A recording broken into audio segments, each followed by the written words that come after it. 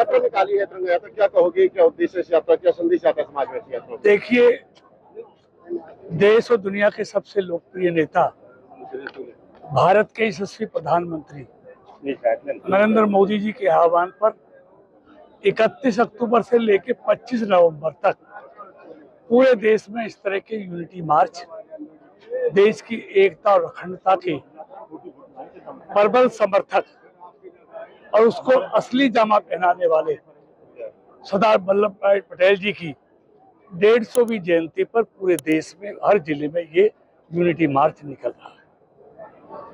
और इसका मकसद एक है कि देश की एकता के लिए हमारे पूर्वजों ने जो बलिदान दिया, जो त्याग किया, उसको बरकरार रखा जाए। सरदार वल्लभ भाई पटेल जी एक इसके लिए अमिट छाप छोड़ के गए, जिन्होंने एक ही झटके में देश की सैकड़ों रियासतों को भारत में विलय कराया।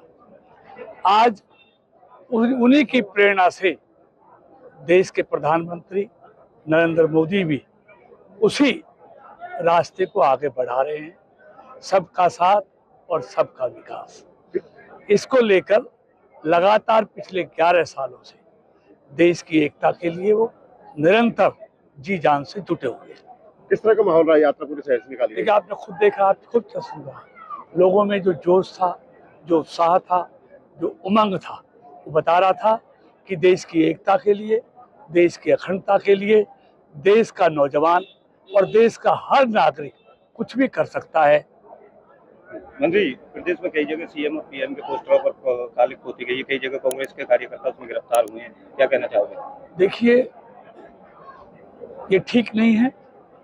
लोकतंत्र में विरोध करने का एक तरीका है, एक गरिमा पूर्ण बात होनी चाहिए, लेकिन विपक्ष अपना मानसिक संतुलन खो गया है।